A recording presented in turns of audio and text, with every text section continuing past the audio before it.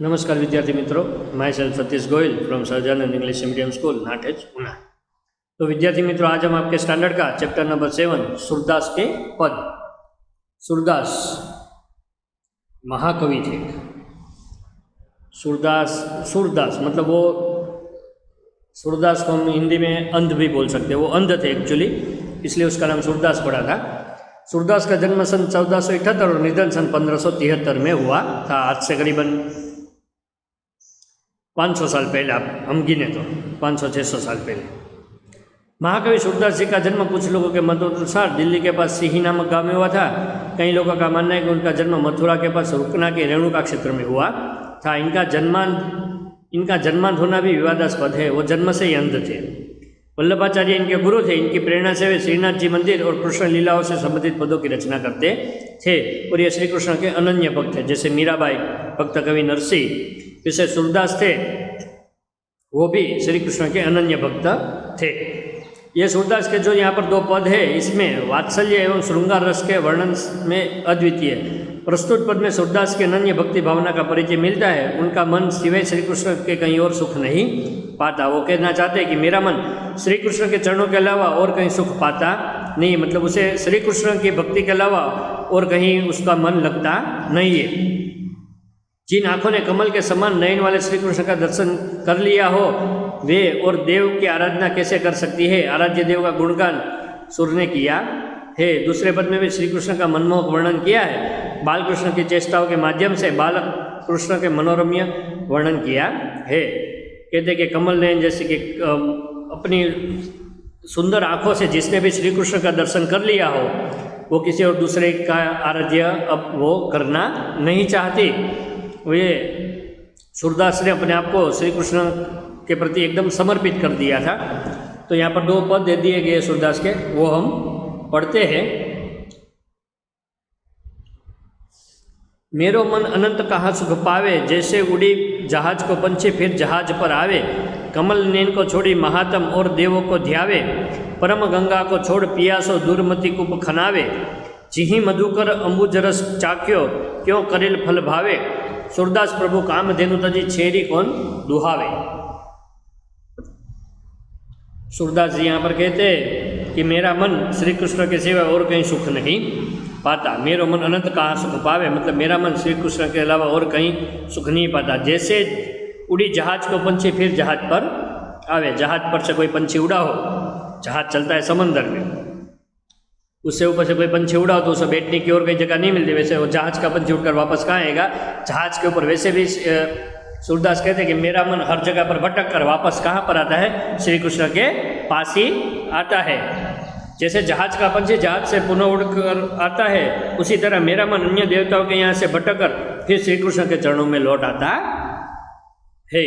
कमल नैन मतलब कमल के समान नैन वाले श्री कृष्ण, जिसकी आँखों को कमल मतलब जो हम कमल का फूल लोटस जिसे बोलते हैं, उसकी उपमा दी गई है श्री कृष्ण भगवान की आँखों को, कि कमल नयन श्री कृष्ण की महिमा छोड़कर वह अन्य किसी देवता का ध्यान कैसे कर सकता है। यदि कोई प्यासा व्यक्ति पवित्र गंगा जल को छोड़कर अपनी प्यास बुझाने के लिए कुआं खुदवाए तो उसे मूर्खी कहा जाएगा। यदि कोई प्यासा व्यक्ति हो, उसके पास गंगा नदी बह रही है और वो दूर जाकर अपनी प्यास बुझाने के लिए कुआं खुदवाए तो मूर्ख कहलाता है। जैसे भौरे ने कमल के रस का स्वाद चख लिया हो, उसे करील का फल कैसे अच्छा लगेगा। सूरदास जी कहते कि मेरे प्रभु तो कामधेनु के समान है, उन्हें छोड़कर बकरी को कौन दुहेगा। सूरदास प्रभु कामधेनु तजी छेरी कौन दुहावे। छेरी मतलब बकरी। कि मेरे प्रभु तो कामधेनु गाय की तरह है, उसे छोड़कर मैं दूसरे किसी की शरणों में जाना नहीं चाहता।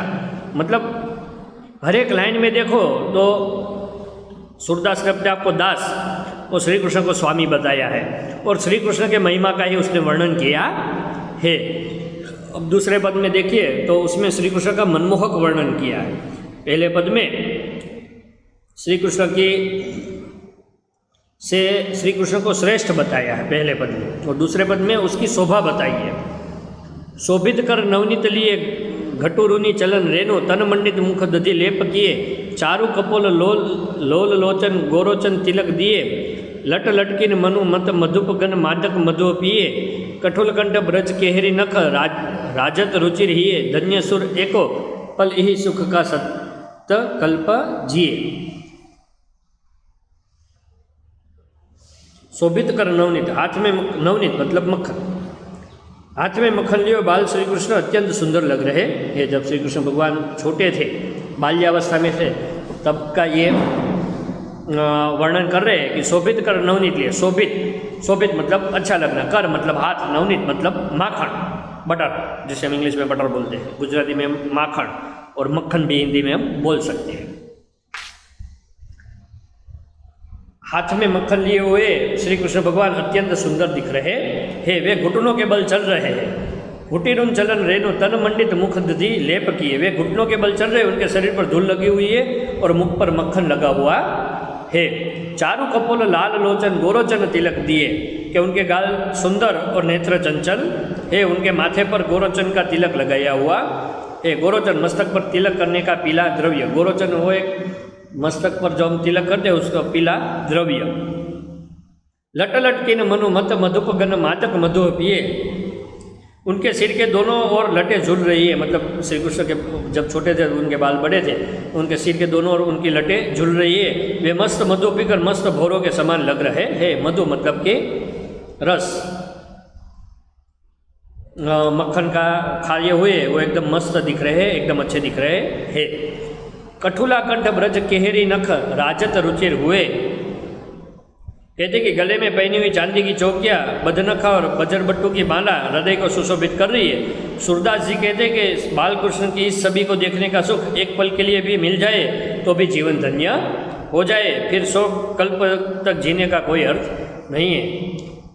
सूरदास जी कहते अगर ये श्री कृष्ण के ये दर्शन जो मुझे हो जाए, एक कल्प मतलब एक क्षण के लिए भी मुझे, एक सेकंड के लिए भी मुझे ये जो श्री कृष्ण भगवान के दर्शन हो जाए, तो इसके सामने मैं अपने 1000 जन्म भी मैं न्योछावर कर दूँ।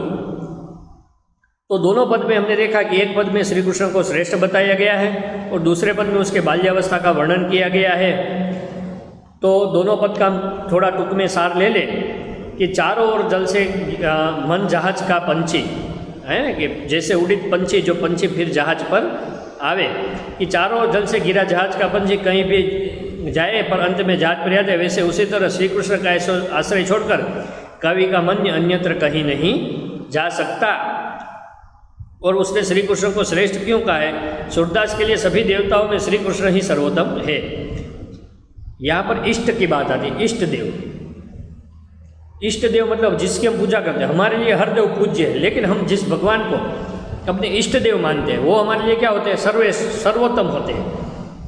तो सूरदास जी श्री कृष्ण को अपना इष्ट देव मानते थे, इसलिए उन्होंने सब देवताओं, सब भगवानों में श्री कृष्ण को सर्वश्रेष्ठ कहा है, सर्वोत्तम कहा है।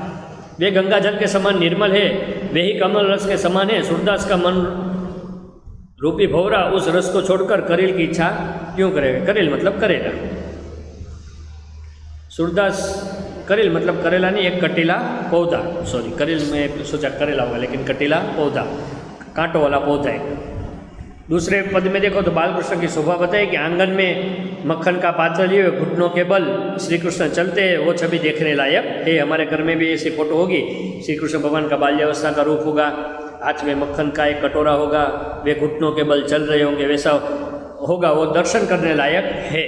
कोमल, उनके कोमल गाल, चंचल आंखें और गोरोचन से तिलक से सुशोभित उनका मस्तक, कंठ में झुलती माला, वो सब देखने लायक है, वो सब अवर्णनीय है। कवि कहते हैं, सूरदास जी कहते हैं कि वो सब अवर्णनीय, जिसका वर्णन करना बहुत ही मुश्किल है, क्योंकि ऐसे दर्शन जो एक बार हमें हो जाए तो हम धन्य हो जाएंगे। तो यहाँ पर सूरदास अपने आप को संपूर्ण रूप से श्री कृष्ण को समर्पित करते हैं और ये कहते हैं कि आप जिसकी भी भक्ति करो, संपूर्णतः उनकी भक्ति करो, अपने इष्ट देव की भक्ति करो। तो विद्यार्थी मित्रों, हमें भी सूरदास की तरह, आप जो कोई भी भगवान में आस्था रखते हो, उनकी हमें सर्वोत्तम भक्ति करनी चाहिए। स्टे होम, सेफ हो।